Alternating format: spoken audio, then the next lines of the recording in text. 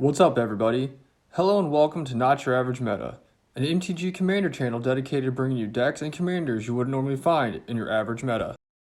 This week's video is brought to you by our new channel sponsor, International MTG. If you're looking for competitive pricing on your favorite MTG cards old and new, be sure to check out the International MTG store and TCG Player, link in the description of this video. We'd also like to give a special shout out to one of Not Your Average Meta's generous patrons, Martin Stanley, for everything he's done to help out the channel. On this week's episode of Not Your Average Meta, we're bringing you another game from the hobby horse where everybody once again was playing some type of green inclusive commander. This week's matchup features Martin returning playing the Scry Matters commander Arwen Undomiel, Tim making his first appearance on the channel playing the Coven Counters Precon deck from Innistrad Midnight Hunt being led by Leinore Autumn Sovereign, Fallgirl playing his modified Ryami First of the Fallen deck, this time being led by Indominus Rex Alpha, and Patrick back this week bringing his mono green Omnath Locus of Mana deck to the table. Now that we have our fighters, let's step into the Thunderdome and see which deck will come out on top. Turn 1, Martin plays a Forest and then passes his turn to Tim, who plays a tapped Canopy Vista. Fog plays a Swamp for turn and then pays 1 to cast a Banehound, welcoming Tim to the channel by hitting him for 1 damage while he gains 1 life.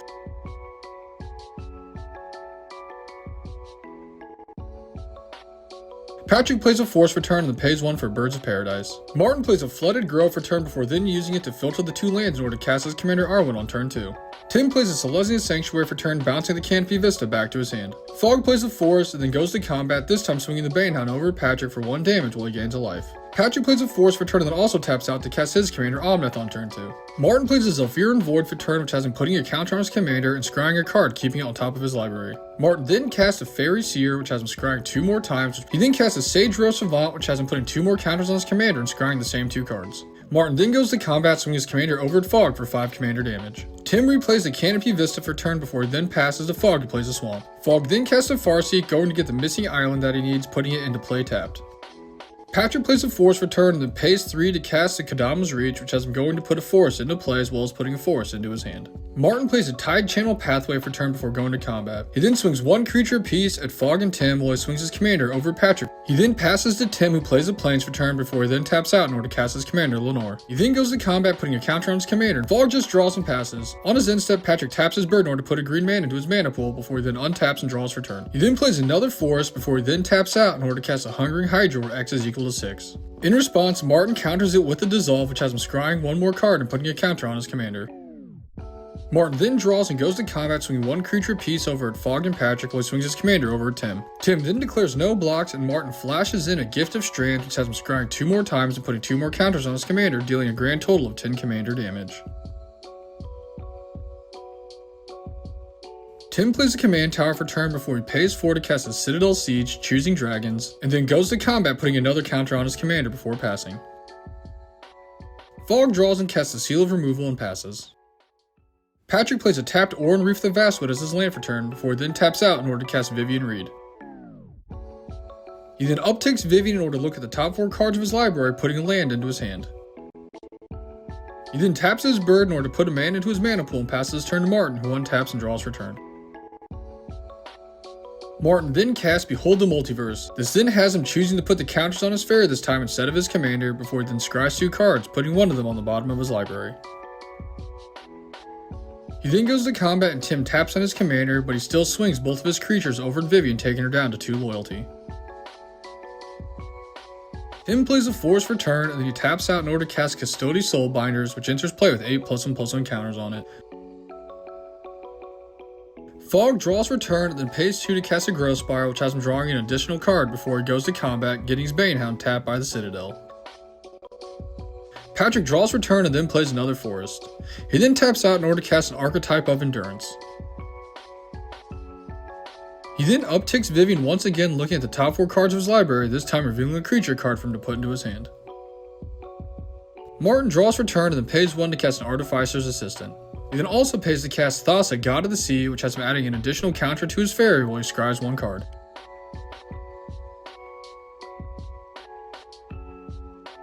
Martin then goes to combat once again, getting his commander tapped down, but he still swings his fairy over at Vivian, sending her to the graveyard while he swings the other creature over at Fog for 2 damage.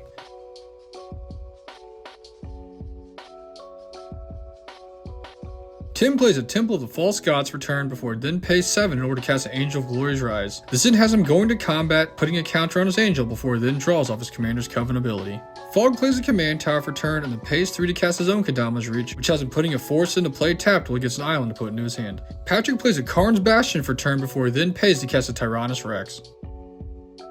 Then goes to combat swinging his Indominus Rex over at Martin, who blocks with Thassa but still takes 3 damage, giving him 4 poison counters. Martin forgets to scry on his upkeep and draws for turn before he then pays in order to cast a Sand Augury. This then has his creature going on an adventure while he adds a counter to his commander and he scries 1 card.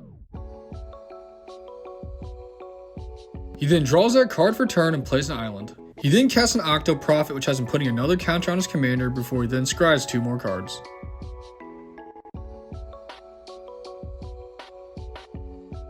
He then goes to combat and Tim taps down his Octopus, which then allows Martin to swing over Patrick with his commander as well as his fairy. Patrick then blocks his commander with his Birds of Paradise before tapping it to put a green mana into his mana pool and taking the other 3 damage.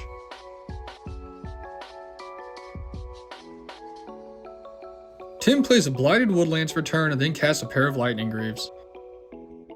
He then pays to equip his commander with the Lightning Greaves before he then goes to combat, adding a counter to his Cleric, which triggers his commander's ability, drawing him a card. Tim then pays to crack his Blighted Woodlands, going to get 2 lands to put into play tapped while he passes his turn.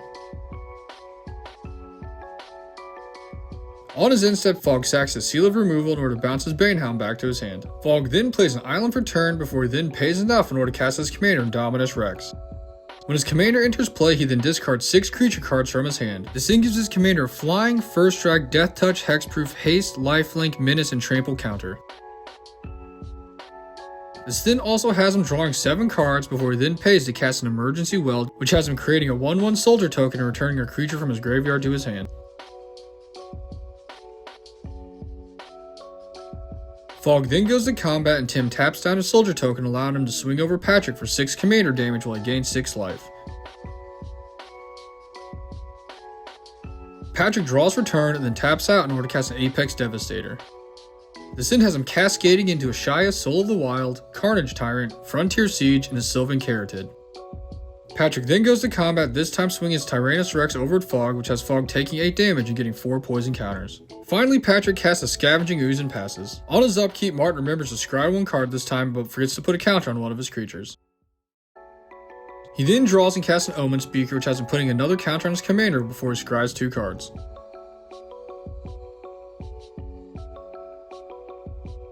Martin then pays to use Thassa's ability, making his commander and his Octopus unblockable. He then goes to combat and Tim taps down his Omen Speaker, which allows Martin to swing out at Patrick with 4 of his available creatures, taking Patrick down to 2 life. Tim draws for turn and then goes straight to combat, putting another counter onto his Angel, which allows him to draw another card. He then swings his Angel over at Patrick, taking him out of the game, while he decides to swing his commander over at Fogg for 2 commander damage.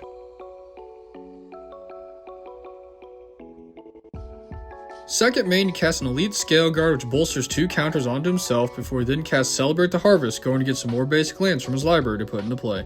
Fogg untaps and draws for turn before he then pays to cast a Beast Within, using it to destroy Tim's enchantment, giving him a 3/3 Beast token.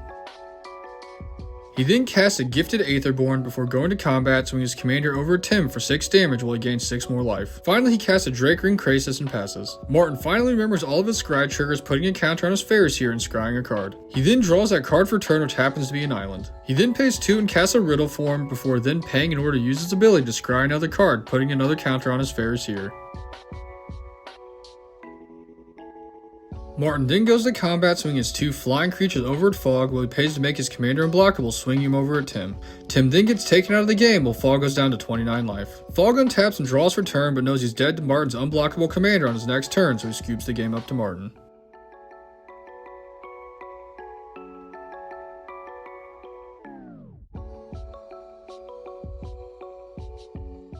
Thanks for watching, and don't forget to like, comment, and subscribe in order to see more games and decks you wouldn't normally see in your average meta.